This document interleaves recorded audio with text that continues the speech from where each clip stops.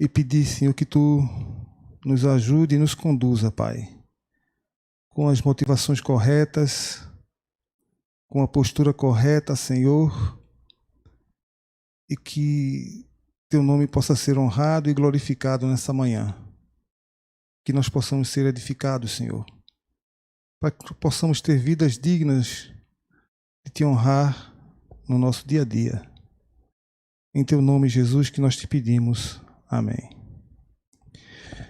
Bem, amados, antes de começar, eu gostaria de falar um pouco do meu currículo. Nessa primeira foto aí que vocês devem estar vendo aí, essa é a minha família. Na parte de cima tem meus filhos, Davi, Pedro e Samuel. Embaixo está minha mãe aí, Dona Vasti, minha esposa, a grande bênção que o Senhor me deu. E aí no centro sou eu, né? É um especialista em geração de conflitos. Então, quem vai estar falando com vocês aqui hoje é realmente uma autoridade. Então, fiquem tranquilos que vocês vão estar em boas mãos nos próximos minutos, que nós vamos começar agora. Então, a primeira coisa que eu queria destacar é que os conflitos são naturais. Por que os conflitos familiares são naturais? Porque o ambiente familiar ele é uma cultura rica em fatores que contribuem para a existência de conflitos. Por exemplo, a família inicialmente ela é constituída primeiramente por um homem e uma mulher, ok? E tem coisa mais conflitante do que isso, a começar pela parte física. E você entra pela parte psicológica. Existem cabeças mais diferentes do que cabeça de homem e de mulher. Então, aí você tem realmente uma cultura para a geração de conflito. As diferenças culturais, quando um homem e uma mulher se casam, eles trazem culturas diferentes, uma bagagem cultural diferente das suas famílias. A forma de criação, se um foi criado no interior, outro na capital. Então, existem formas diferentes de ver a vida, de se comportar, de cuidar da casa. São mais fatores aí para a geração de conflito. Choque de gerações entre pais e filhos. Normalmente, os pais acham que os filhos não sabem nada, os filhos adolescentes não sabem nada. E a mesma coisa acontece com os adolescentes, que acham que os pais também não sabem nada. Então, isso aí é mais uma fonte de disputas, né? O nível de maturidade é uma coisa sabida de todo mundo, que todo mundo sabe que a menina ela sempre amadurece antes dos meninos. Ocorre que essa diferença, esse gap aí, ele se mantém o resto da vida. Tanto é que se diz muito que a diferença entre o brinquedo do menino e do homem é o valor do brinquedo, né? A diferença. Isso é uma grande realidade. Eu me lembro que eu estava fazendo um tratamento com... Isso é uma realidade universal. Eu estava fazendo um tratamento com um coreano, Pil Choi, um senhor já idoso, e do alto da sua sabedoria, ele disse, você é casado, tal, qual a sua diferença de idade de você para sua esposa? Eu sou 10 anos mais velho que minha esposa. Isso é ótimo, porque a mulher ela é mais madura do que o homem, então é importante que tenha essa diferença de idade para ficar mais ou menos parecido, né? E ele ainda disse mais, né? E é importante que você receba seu dinheiro, bote na mão dela, que ela sabe administrar melhor. Então, vocês vejam que essa questão de diferença de maturidade que pode gerar conflito, ela realmente é uma questão universal.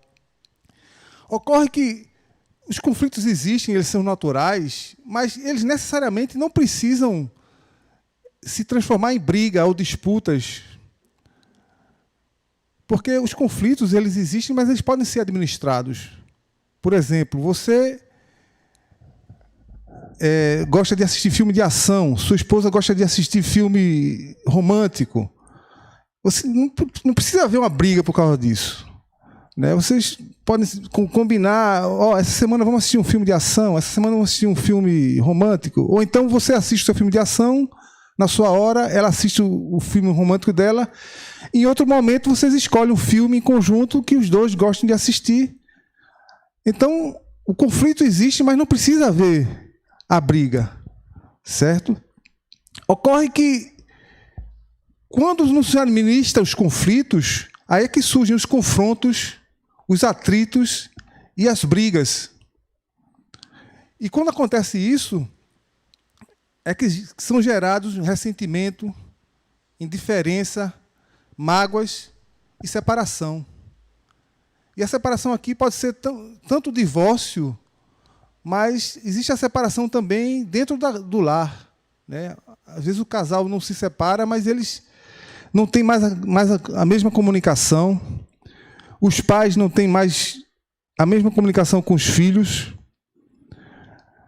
por conta das brigas e dos ressentimentos.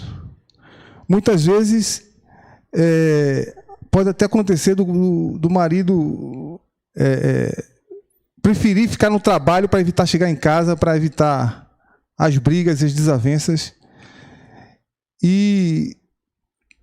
Ou a mulher e os filhos torcem para que o marido chegue mais tarde para evitar também as tensões que a presença dele pode gerar. Isso em situações mais graves. Agora, quais são os fatores que geram essas brigas e desavenças? São inúmeros esses fatores, como disputas, discórdias, hostilidades, ambições egoístas, ciúmes, vícios, excessos de raiva, avareza, inveja. Tudo isso aí, na verdade, ela tem um fruto principal, tem uma raiz principal, que é o egoísmo. Ou seja, o amor excessivo aos próprios interesses. Então, quando você briga, quando você fala de forma agressiva, muitas vezes você está defendendo o seu interesse. Você está defendendo o seu território. Você não gosta de ser confrontado, você não gosta de ter suas ideias ignoradas. Você quer fazer prevalecer a sua opinião. Então, isso é fruto do egoísmo, principalmente, né? Desse amor exagerado aos seus próprios interesses.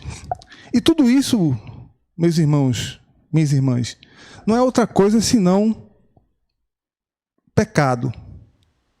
Isso mesmo, pecado.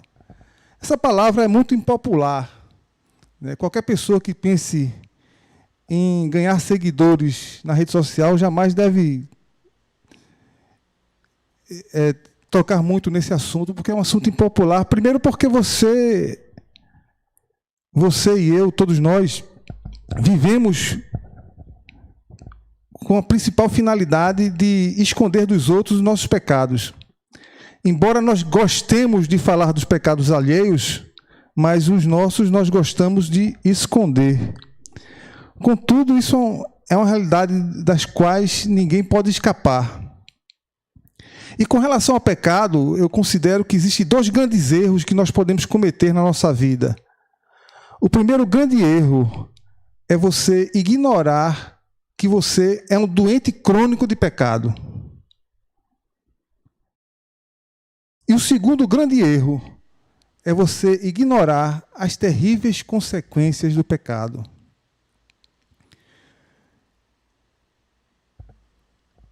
Um dos livros que eu me basei para fazer esse estudo de hoje é Quando os Pecadores Dizem Sim. E nesse livro tem uma frase que eu achei interessante, que é essa: enquanto não entendermos o problema, não vamos experimentar a solução. Então, enquanto a gente não estiver disposto a encarar de frente essa dura realidade da nossa natureza humana, a gente jamais vai conseguir alcançar vitória sobre ela. Por isso é importante que a gente encare essa verdade de frente. E essa verdade da nossa corrupção natural, ela é reconhecida universalmente ao longo da história. ela não está ligada apenas à questão religiosa, mas sábios, intelectuais e filósofos do passado sempre refletiram sobre isso e eles tinham consciência dessa realidade. Eu trouxe como exemplo o filósofo do Império Romano, Sêneca, que morreu em 65 depois de Cristo. Ele trouxe essa citação de Sêneca: somos todos perversos. O que um reprova no outro, ele o achará em seu próprio peito. Vivemos entre perversos, sendo nós mesmos perversos. Para trazer um exemplo mais próximo da nossa realidade, eu trouxe aqui também uma frase de Nelson Rodrigues, um famoso dramaturgo, escritor e jornalista brasileiro. Se cada um soubesse o que o outro faz dentro de 4 paredes, ninguém se cumprimentava. Eu fiz questão de trazer Nelson Rodrigues porque na década de 50 ele tinha uma coluna no jornal que ele escreveu durante 11 anos. Essa coluna no jornal se chamava A Vida Como Ela É. Nessa coluna ele apresentava contos da sua autoria, onde ele falava sobre a moral da sociedade, sobre as depravações de pessoas que para a sociedade aparentavam ser pessoas de moral ilibada. E essa coluna chocava alguns, mas fez muito sucesso. E por que essa coluna fez tanto sucesso e foi publicada durante 11 anos? Porque ela falava da realidade e da hipocrisia das pessoas. E as pessoas liam aquilo ali e se viam. E então essa coluna se transformou depois em livro, depois em filmes, depois em série de TV, porque ela falava da realidade do ser humano. Por isso que se chamava A Vida Como Ela É. Na área teológica, irmãos, João Calvino, um dos expoentes da Reforma Protestante, que sistematizou o Evangelho e autor também dos 5 solas, né? Ele fala: nossa vontade é má e cheia de aspectos corrompidos. Seguindo nessa mesma linha, Martinho Lutero, outro grande expoente da Reforma, ele dizia de si mesmo: eu desisti da ideia de que há algo bom em mim. Outra citação aqui que eu trago é de Blaise Pascal. Blaise Pascal era um cientista e um inventor, um homem de uma inteligência fora do normal. Ele, no século, se eu não me engano, no século XV, ele inventou uma calculadora aritmética. Ele desenvolveu várias teorias científicas, inclusive o nome dele é utilizado hoje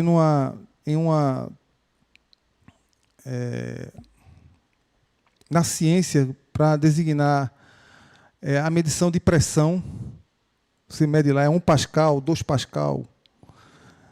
E ele também era teólogo. E ao final da sua vida, ele abandonou toda a sua atividade científica e intelectual e se dedicou apenas à teologia. E ele faz uma análise profunda da natureza humana corrompida. E uma de suas frases é essa: o homem não passa, pois, de disfarce, de mentira e hipocrisia, tanto ante si próprio como em relação aos outros. Quem não se conhece cheio de soberba, de ambição, de concupiscência, de fraqueza e de injustiça, é bastante cego. Em seus textos, Pascal diz, ele destrincha, ele diz que nós, quando olhamos para dentro de nós mesmos e vemos o quanto nós somos corrompidos, nós não aceitamos essa realidade e buscamos com todas as forças esconder isso de nós mesmos e muito mais ainda dos outros. E aqui, irmãos, nós vamos para quê? Para a Bíblia, né? A palavra de Deus. O que a palavra de Deus fala sobre isso? Lá em Gênesis, o próprio Deus fala: nunca mais amaldiçoarei a terra por causa do ser humano, embora todos os seus pensamentos e seus propósitos se inclinem para o mal desde a infância. Isso é o próprio Deus, aquele que criou você, está falando. O homem se inclina para o mal desde a infância. E ele não fala assim, um grupo de pessoas se inclinam para o mal desde a infância. Não, o ser humano se inclina para o mal desde a infância. Lá em Jeremias, o profeta escreveu: o coração humano é mais enganoso que qualquer coisa e é extremamente perverso. Quem sabe, de fato, o quanto é mal? E, por último, o próprio Jesus. Ele disse: por que você me chama bom? Ninguém é bom a não ser um, que é Deus. Aqui cabe uma explicação, porque Jesus está falando isso, porque um homem chegou para ele e disse: bom mestre, como poderei herdar a vida eterna? Esse homem que se dirigiu a Jesus não tinha a clareza de quem Jesus era. Para ele, Jesus era um homem como outro qualquer, ou um mestre como aqueles outros que existiam na terra dele. Então ele se dirigiu a Jesus como um homem. E Jesus, sabendo disso, que ele não sabia que ele era Deus, ele era o próprio Deus encarnado, disse: por que você me chama bom? Ninguém é bom a não ser um, que é Deus. A consciência da gravidade do pecado, irmãos, ela é fundamental para nós. O pecado é tão grave que, por causa dele, a terra hoje é maldita, desde a queda de Adão e Eva.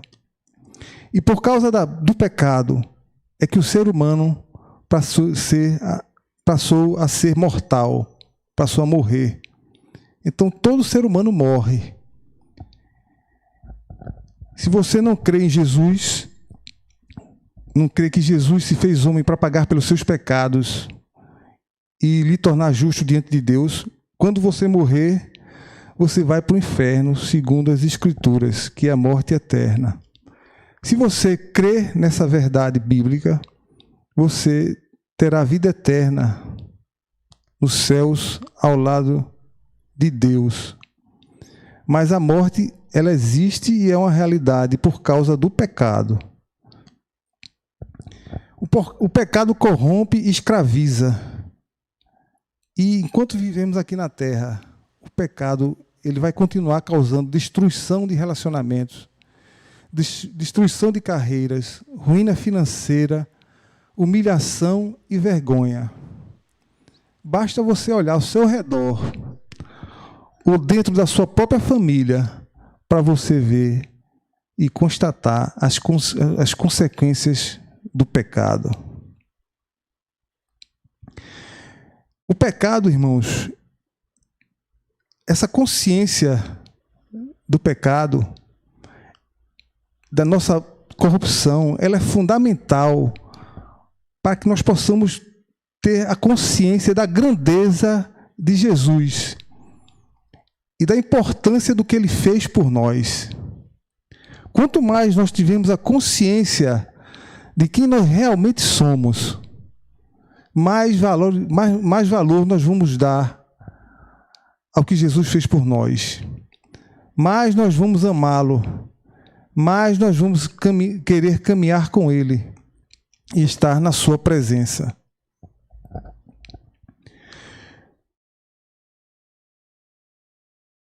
Pare de fumar. Eu conheço um médico, ele é um especialista muito competente, mas ele tem uma característica que ele é muito irritado com as bobagens dos seus pacientes, para não dizer burrice. Por exemplo, assim, um paciente dele que sempre abusou da comida, nunca se preocupou com colesterol, com gordura, tal. Embora ele soubesse que isso fizesse mal mas ele nunca parou de exagerar na comida. Aí chega um dado momento que a sua obesidade causa muitos problemas para ele. Pressão alta, problemas no coração, e coloca sua vida em risco. E ele vai no médico e o médico diz: sua situação é grave. Se você não cuidar da sua obesidade, você terá pouco tempo de vida. Quando o paciente recebe essa notícia assustadora, ele imediatamente começa a se preocupar com a sua obesidade, vai começar a tratar dela, fazer dieta, fazer exercício físico e começa a perder peso. Acontece que ele já podia ter feito isso há muito tempo, mas ele sempre deixou para depois, porque achou que os problemas, menosprezou quais seriam as consequências dos seus procedimentos, né? A mesma coisa acontece com pessoas que fumam, né? As pessoas ficam fumando, elas, apesar de saberem que isso vai causar mal para o seu pulmão, elas continuam fumando. E um dado momento, quando ele vai ao médico, depois de começar a sentir sintomas perturbadores, o médico diz: ou você para de fumar, ou você vai morrer. E aí ele começa a se preocupar com isso e ele para de fumar. Aí esse médico que eu conheço disse assim: mas rapaz, você vai parar de fumar agora, você parou de fumar agora. Por que você não parou antes? Por que você parou agora? Quando o seu pulmão já está totalmente comprometido. Vocês podem ver aí, eu peguei essa imagem que é um pouco chocante, e você vê um pulmão saudável e um pulmão totalmente escurecido.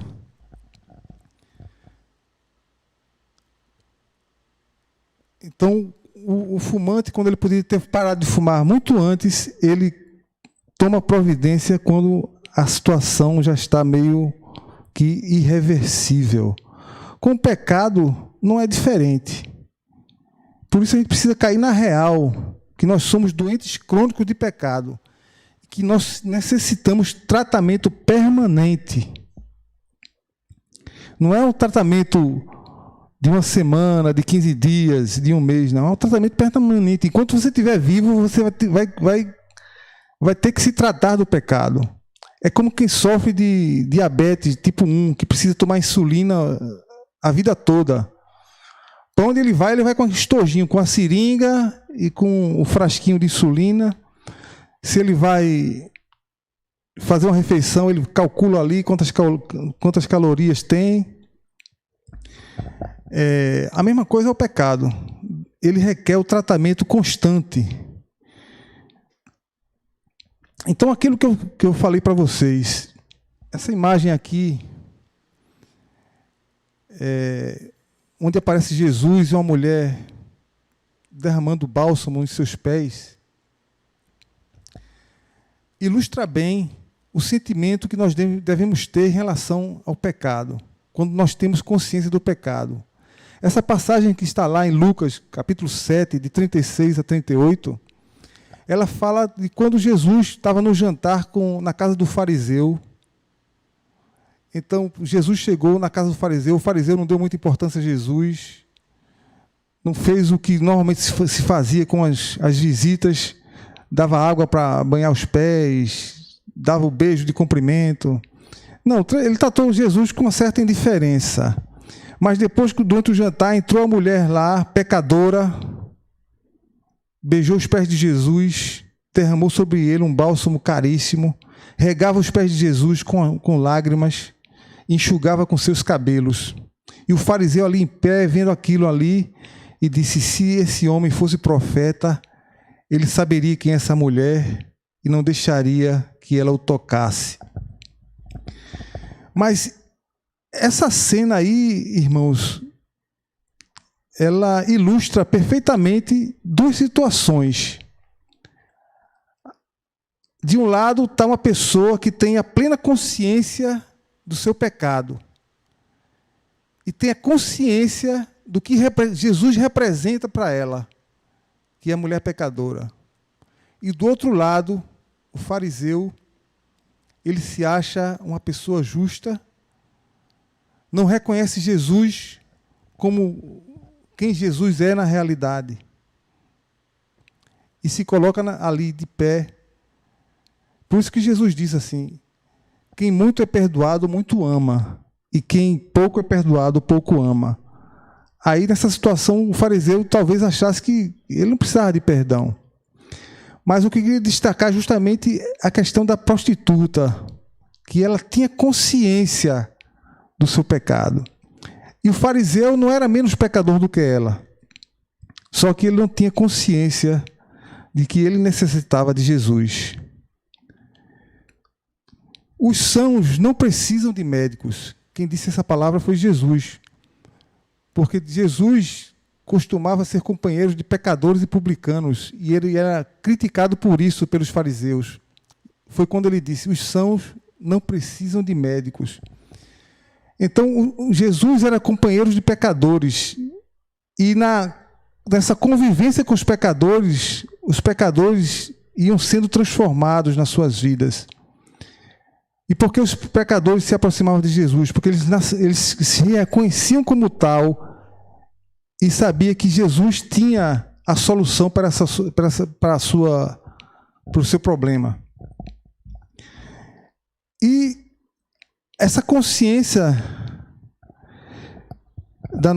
dessa luta interna está lá descrito lá em Gálatas, capítulo 5, verso 17. Que nós vivemos numa luta permanente. Paulo escreveu: pois a carne deseja o que é contrário ao espírito, o espírito o que é contrário à carne. Eles estão em conflito um com o outro, de modo que vocês não fazem o que desejam. Então, irmãos, mesmo depois de salvos pelo Senhor Jesus, essa guerra interna ela permanece enquanto vivemos aqui na terra, que é a guerra do espírito contra a carne. E só existe uma solução para essa guerra, para a gente vencer essa guerra, o nosso espírito vencer essa guerra.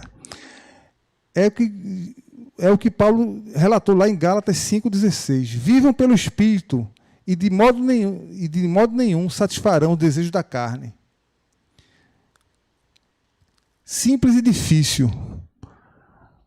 Eu mostrei o problema para vocês e mostrei a solução, que é simples.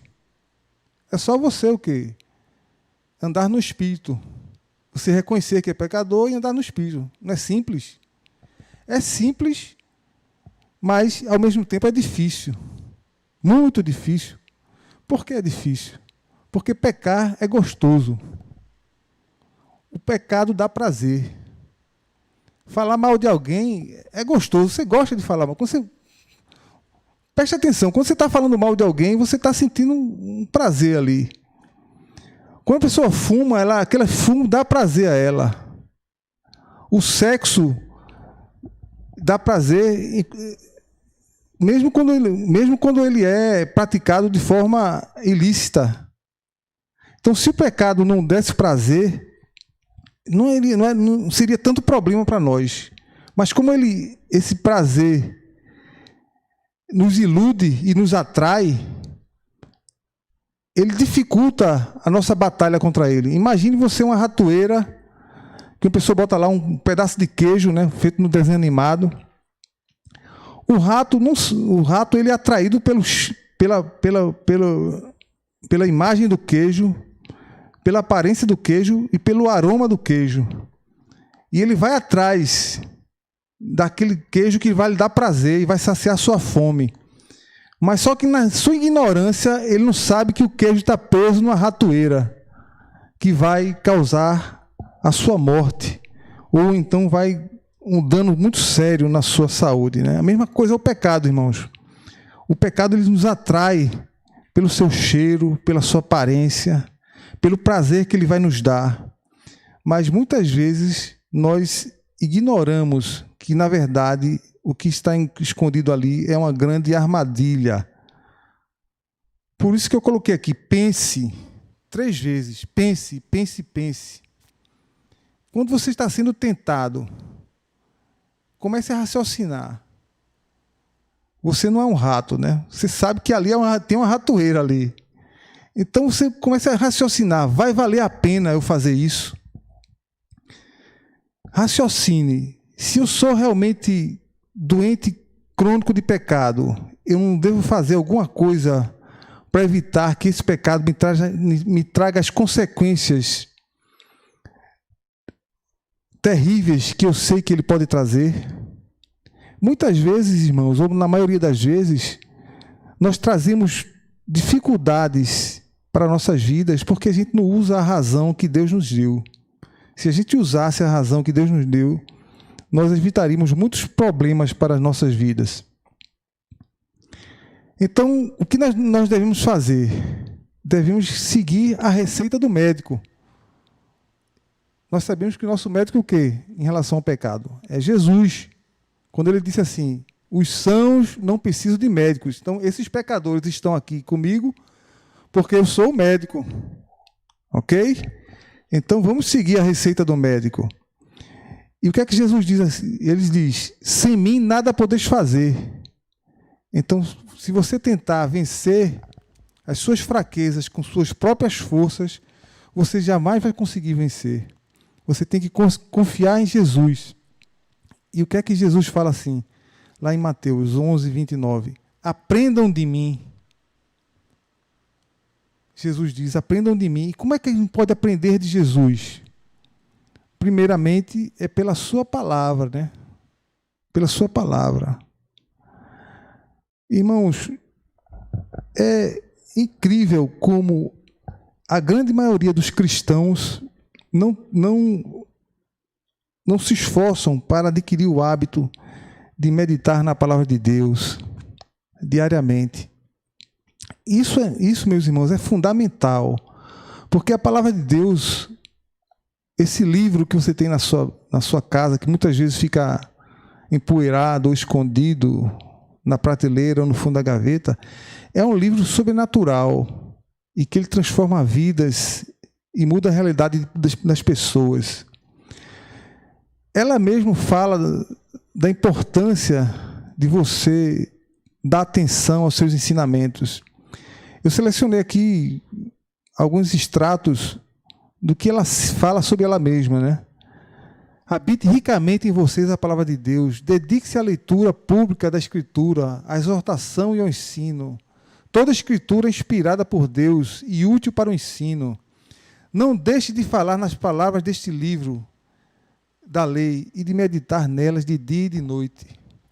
É impossível, irmãos, nós termos uma vida cristã que glorifique a Deus, que honre a Deus e a Jesus, se a gente negligenciar essa disciplina espiritual que é tão fundamental. Da mesma forma, a questão da oração.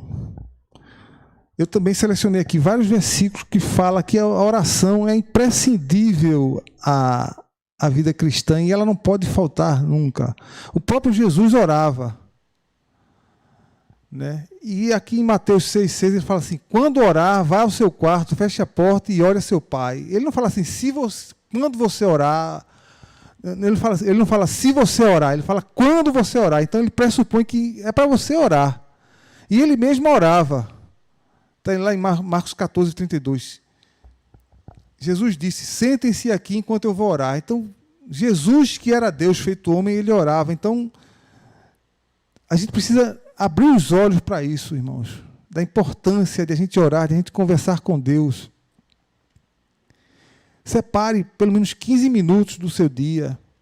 É verdade que a gente ouve as histórias dos heróis da fé que oravam 2 horas por dia, que leu a Bíblia não sei quantas vezes.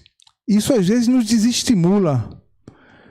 Mas, meus irmãos, o mínimo que você fizer vai fazer muita diferença na sua vida. Eu falo isso por experiência própria. Separe 15 minutos do seu dia para orar a Deus.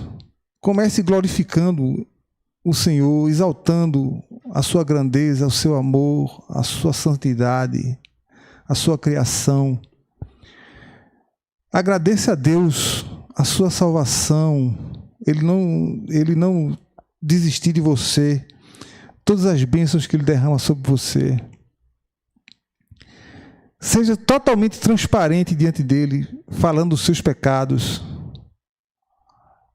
dos seus desejos pecaminosos, dos pensamentos que passam pela sua cabeça, das coisas que você faz, mas ninguém sabe. Seja transparente. Procure meditar na palavra de Deus. Leia trechos pequenos. Na sua Bíblia, na maioria das Bíblias, tem o que a gente chama de chave bíblica, ali assuntos da Bíblia. O que a Bíblia fala sobre amor, o que a Bíblia fala sobre sofrimento, o que a Bíblia fala sobre tristeza. Você pode selecionar alguns trechos desse e você lê a Bíblia. Isso é fundamental para você, irmãos. Você não almoça todo dia, come feijão, arroz, carne. 3 refeições por dia, muitas vezes lanche, às vezes come mais além da conta. A mesma coisa no nosso espírito, irmãos. Ele precisa ser fortalecido para que o nosso espírito possa vencer aquela batalha que nós vimos anteriormente, aquela briga que nós vivemos diariamente dentro de nós mesmos. Pense nisso, irmãos. Pense nisso. É simples ou difícil? Então eu dei mais uma dica aí, que é você orar e ler a palavra de Deus. Então é simples isso. Não tem nenhuma dificuldade. E por que é difícil fazer isso? Por que é difícil? Eu tenho 3 coisas aqui que eu relacionei. Por que é difícil você meditar na palavra de Deus e você orar? Primeiro é que nós temos medo de Deus, historicamente. Nós temos medo de Deus, porque Deus é santo e nós não somos. Deus está muito além da nossa compreensão. O profeta Isaías, que era um profeta, um homem de Deus, que andava na presença de Deus, mas quando ele teve a visão de Deus, ele caiu no chão, aterrorizado, e disse: ai de mim, que vi o Deus Altíssimo.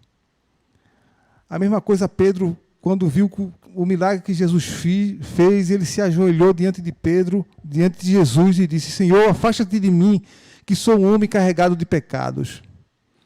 Então, muitas vezes, a consciência da nossa corrupção nos inibe de nos aproximar de Deus. Mas a gente precisa se lembrar, irmãos, que quando nós cremos em Jesus, nós fomos feitos justos diante de Deus. O véu foi rasgado, nos dando acesso ao Deus Todo-Poderoso. E nós podemos nos aproximar dele. E quanto mais transparentes nós formos, mais o Senhor vai nos acolher. Tem uma passagem aí em Isaías que eu acho fundamental para nós. Já em 57:15. Pois assim diz o alto e sublime, que vive para sempre e cujo nome é santo. Habito num lugar alto e santo, mas habito também com contrito e humilde de espírito, para dar ânimo ao espírito do humilde e novo alento ao coração do contrito. Observe-se, irmãos, que o contraste aí é o próprio Deus falando. Ele diz, habito num lugar alto e santo. Habito no lugar alto e santo. E ele diz assim diz o alto e sublime. Então, ele destaca no primeiro parte do texto a grandeza de Deus, a majestade e a sua santidade, e no lugar que ele habita. Ele habita no lugar sublime e no lugar alto. Mas ele habita também com quem? Com contrito e humilde de espírito. Está percebendo o contraste?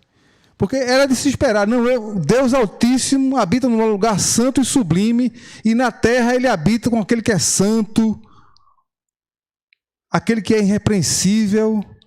Não, ele habita com o contrito e com o abatido, com aquele que se aproxima diante dele, reconhecendo a sua fraqueza, confessando os seus pecados, confessando todas as atrocidades que ele é capaz que é capaz de passar pelo seu coração, e que suplica pela sua misericórdia, e que suplica para que ele o ajude a vencer as suas fraquezas. Então não há razão para nós termos medo de nos aproximar de Deus. Lá no Salmo 51, 17, ele também fala: os sacrifícios que agradam a Deus são um espírito quebrantado, um coração quebrantado e contrito, ó Deus, não desprezarás. E em Mateus, nas bem-aventuranças, Jesus diz assim: bem-aventurados os pobres de espírito, pois dele é o reino dos céus. Os pobres de espírito, irmãos, são realmente os contritos. Outro ponto pelo qual nós não oramos nem lemos a Bíblia, porque nós queremos continuar pecando. Essa é uma realidade. Muitas vezes nós temos um pecado de estimação, irmãos, que nós não queremos abandonar, e a gente quer continuar pecando. E a primeira coisa que uma pessoa que quer pecar faz é deixar de ler a Bíblia. Porque tem aquele ditado muito conhecido que é com relação à Bíblia, que diz assim: ou este livro me afastará do pecado, ou o pecado me afastará desse livro. Então, um dos fatores que realmente nos afasta de Deus é justamente esse, o fato de a gente querer continuar pecando. Outro argumento que se fala também é que a Bíblia é difícil de entender. Eu vou mostrar um texto agora que prova que isso não é verdade.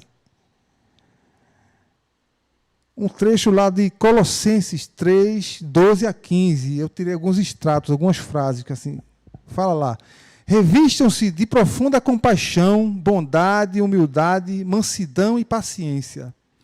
Suportem-se uns aos outros e perdoem as queixas que tiverem uns contra os outros. Perdoem como o Senhor lhes perdoou. Revistam-se de amor. Que a paz de Cristo seja o juiz em seus corações, visto que vocês foram chamados para viver em paz. Agora me responda, meu irmão, minha irmã. Qual a dificuldade que uma pessoa pode ter para compreender esses ensinamentos? É preciso ser um teólogo, é preciso ser um doutor ou um mestre em teologia para compreender esse texto? A grande verdade, irmãos, que a maior parte da Bíblia, ela é simples de entender, principalmente os ensinamentos que dizem respeito aos nossos relacionamentos humanos, principalmente os ensinamentos que vão nos ajudar a administrar os conflitos no nosso lar, com a nossa esposa, com o nosso marido, com nossos filhos. Mas se a gente não lê a Bíblia, a gente não vai ter acesso a esses ensinamentos. Então a Bíblia não é difícil de entender. Então não use mais esse argumento, irmãos. Existem realmente passagens difíceis na Bíblia. Para isso que Deus, o Espírito Santo, colocou na igreja pessoas, pastores, mestres, doutores. Essas pessoas nós precisamos recorrer e elas são fundamentais para nos esclarecer as passagens difíceis da Bíblia. Mas os ensinamentos básicos que vão definir como você se comporta no seu lar, eles estão lá claros como água límpida. Não é da noite para o dia, irmãos. Então, a gente deu aí essas dicas, mas uma coisa que você precisa conscientizar também é que a sua mudança na questão da administração dos conflitos bíblicos, ela não acontece da noite para o dia. É um processo que se desenvolve ao longo da sua vida. É a mesma coisa que você tentar fazer uma dieta para emagrecer 20 quilos em um mês. Você pode até fazer alguma coisa drástica, mas no mês seguinte ou nos meses seguintes você vai retomar esses quilos. Por isso que a recomendação principal para quem quer fazer dieta é você mudar seu hábito alimentar. Porque aí, aos pouquinhos, o seu organismo ele vai se adaptando àquele ritmo de alimentação e você começa a perder peso. A mesma coisa é a vida espiritual, irmãos. Se você muda o seu hábito, passe a andar com Jesus, meditando na palavra de Deus, conversando com Ele, sendo transparente com Ele. E ao longo da sua vida, você vai começar a ver a transformação. Voltei aqui à questão inicial aqui do meu currículo, né? Mostrando aqui a foto da minha família, porque eu quero dar mais alguns conselhos práticos com base na minha própria experiência. Porque no começo eu disse que aqui falava com vocês um especialista em gerar conflitos ou em atritos familiares. E por que eu sou um especialista em gerar conflitos? Justamente por causa dos meus pecados. Né? Vocês estão vendo aí, aí no centro, né? Um especialista em vaidade, né? Que não gosta de ser o centro das atenções, né? Egoísta até umas horas, desde a infância, né? Que gosta de que suas coisas sejam feitas em primeiro, tudo em primeiro lugar deve ser para mim, né? Um homem assim cheio de depravação. Se vocês tivessem acesso aos pensamentos que passam pela minha cabeça, eu ia desaparecer daqui, nunca mais vocês iam me ver. Só Deus que conhece esses pensamentos, e ainda bem que Ele me ajuda. E por aí vai, irmãos. E quando eu me deparei com essa minha realidade, o pior que acontece isso com a maioria dos cristãos, é você chega na igreja, você olha para dentro de você vê todos esses pecados e tal, e você acha que só você que é assim. Eu ficava pensando, pô, só eu que sou assim. Eu olhava para fulano, assim, fulano, não é possível que fulano tenha esses pensamentos que eu tenho. Não é possível que fulano ele tenha inveja como eu tenho. Só eu que sou assim. Eu fiquei realmente angustiado, né? Mas realmente depois que Deus me conduziu a sua palavra e eu vi também a realidade dos pensadores no mundo, eu vi que realmente todos nós somos assim. E a gente precisa ter realmente consciência disso e procurar trabalhar nisso. E aí, se eu queria realmente cumprir a vocação para a qual eu fui chamado, eu tinha que realmente buscar uma solução para essas minhas dificuldades pecaminosas, né?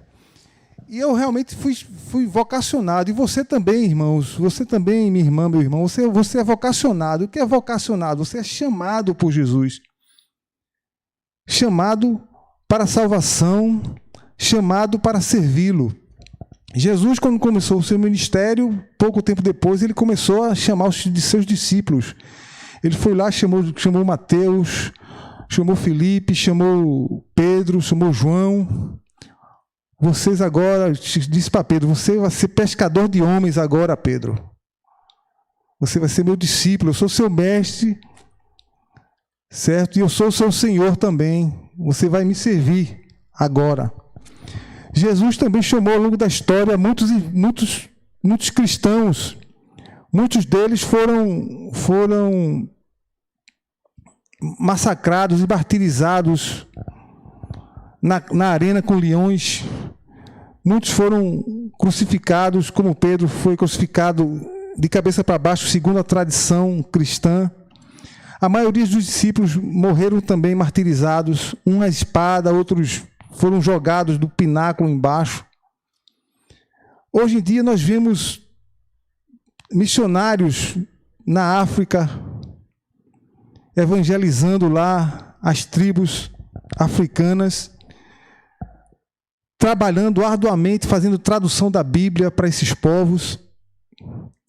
Então, todo esse pessoal foi vocacionado para cumprir essa missão, e eles foram lá e cumpriram. E aí, de repente, Jesus também me vocaciona e diz, eita, será que o que é que Jesus vai mandar eu fazer? Será que ele vai mandar eu ir para a África ou para a China, onde os cristãos estão sendo perseguidos? Aí ele diz, não, Paulo, você vai cuidar da sua família.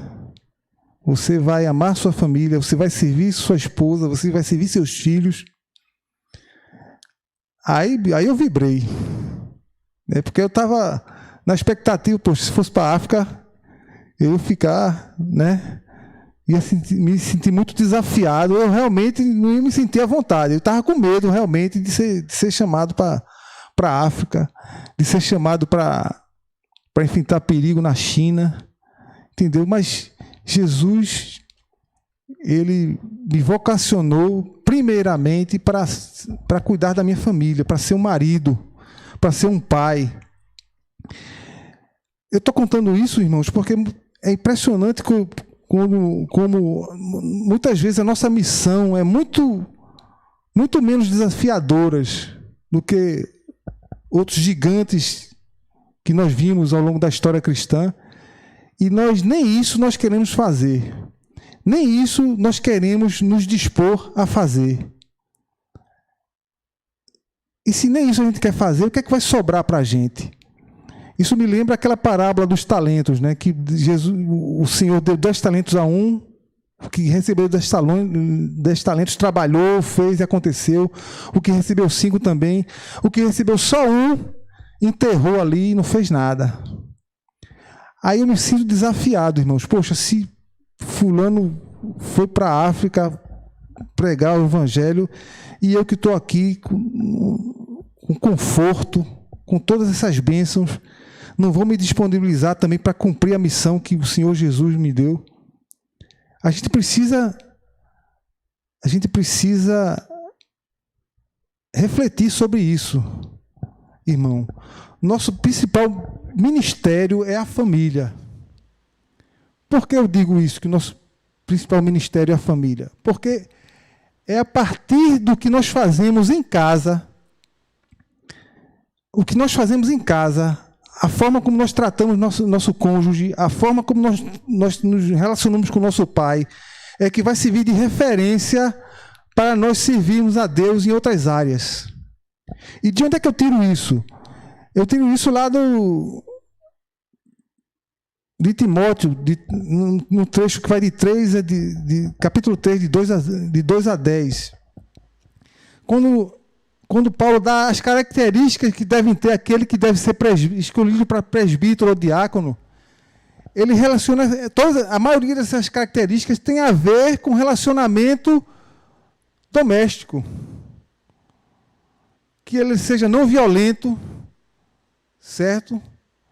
Amável, pacífico, não apegado ao dinheiro, e mais específico ainda, que saiba governar bem a própria família, ter filhos que os respeitem e obedeçam, ter boa reputação dos de fora. Entendeu, irmãos? Então isso quer dizer que só os presbíteros e diáconos que devem ser assim? Não. É porque os presbíteros e diáconos, eles devem servir de exemplo para os outros membros da igreja. Então, os outros membros da igreja devem se espelhar na liderança. Então, o trampolim do líder espiritual, o trampolim para a vida cristã é justamente a forma como nós nos relacionamos em casa. Se você deve procurar ser amável, ser pacífico, não ser avarento, né? Saber educar os seus filhos. Tudo isso, irmãos, é baseado no amor de Jesus por nós. E aqui, irmãos, é que a gente vê o checkmate, que é essa passagem aqui, que está em Timóteo 5:8, 1 Timóteo 5:8. Se alguém não cuida dos seus parentes, especialmente dos de sua própria família, negou a fé, e é pior do que um descrente. Então perceba aqui o enfoque que ele dá. a prioridade. Então, o que vai determinar se você é um membro da igreja dedicado, ativo, todo mundo vê você como uma bênção, né? Um homem de Deus, uma mulher de Deus, um jovem de Deus na mocidade, entre os adolescentes. Mas se em casa você também não é um servo, na forma como você trata seus pais, na forma como você, marido, trata sua esposa, na forma como você trata seus filhos, você, mulher, na forma como você trata o seu marido. Então, quando você lê esse texto aqui, você vê que você negou a sua fé. Tudo que você faz na igreja perde o valor. Porque, de repente, você está ali, você está encenando para que as pessoas vejam como você é um cristão maravilhoso. Por isso que a nossa vida cristã, ela deve começar em casa, que é o lugar mais difícil de você ser cristão, porque você no trabalho, você na escola, você na igreja, você consegue disfarçar, é mais fácil de você disfarçar quem você realmente é, porque você está ali poucas horas. Mas em casa não, em casa você está dormindo lá, você dorme lá, você se alimenta lá, você convive mais tempo, então as pessoas sabem quem você é na realidade. Então, é fundamental, irmãos, que a gente busque ser primeiro referência em nosso lar. E a forma de a gente ser referência no nosso lar é exatamente essa, a gente reconhecer a raiz do nosso problema, que é o pecado, e a forma de nós tratarmos desse problema, que é como nós colocamos. Para finalizar, irmãos, eu só queria destacar aqui a figura de Davi. Ninguém era mais crente do que Davi. Davi era tão crente, tão homem de Deus, que a própria Bíblia diz que ele era um homem segundo o coração de Deus, e ele foi e ele foi usado por Deus para escrever mais de 70 salmos, que nós usamos até hoje, textos inspirados. Mas Davi teve um momento da sua vida em que ele não valorizou o temor de Deus, e ele teve uma queda terrível, né? Cometeu um pecado terrível, né? De adultério, de assassinato, de mentira. E ele era um homem de Deus e ele cometeu esse pecado. E antes que você se sinta encorajado a cometer pecado, assim também, se Davi cometeu, quem sou eu para não cometer também? É importante a gente se lembrar das graves consequências que Davi sofreu em função dos seus pecados, principalmente em relação à sua família, porque não só sofreu ele, mas sofreu também as suas esposas e os seus filhos. Houve na sua família morte, assassinato, o irmão matou o outro, o filho estuprou a irmã, as suas mulheres foram violentadas na frente de todo o povo, para todo o povo ver. Ele foi humilhado, tendo que fugir de Jerusalém. Então, irmãos, essa história de Davi deve servir para ilustrar a gravidade das consequências que o pecado pode trazer para nós. E de quão importante a gente estar atento a essa realidade. Era isso que eu queria trazer para vocês nesse dia de hoje. Então, que Deus possa nos abençoar e nos ajudar a ter uma vida que possa glorificá-lo. Amém.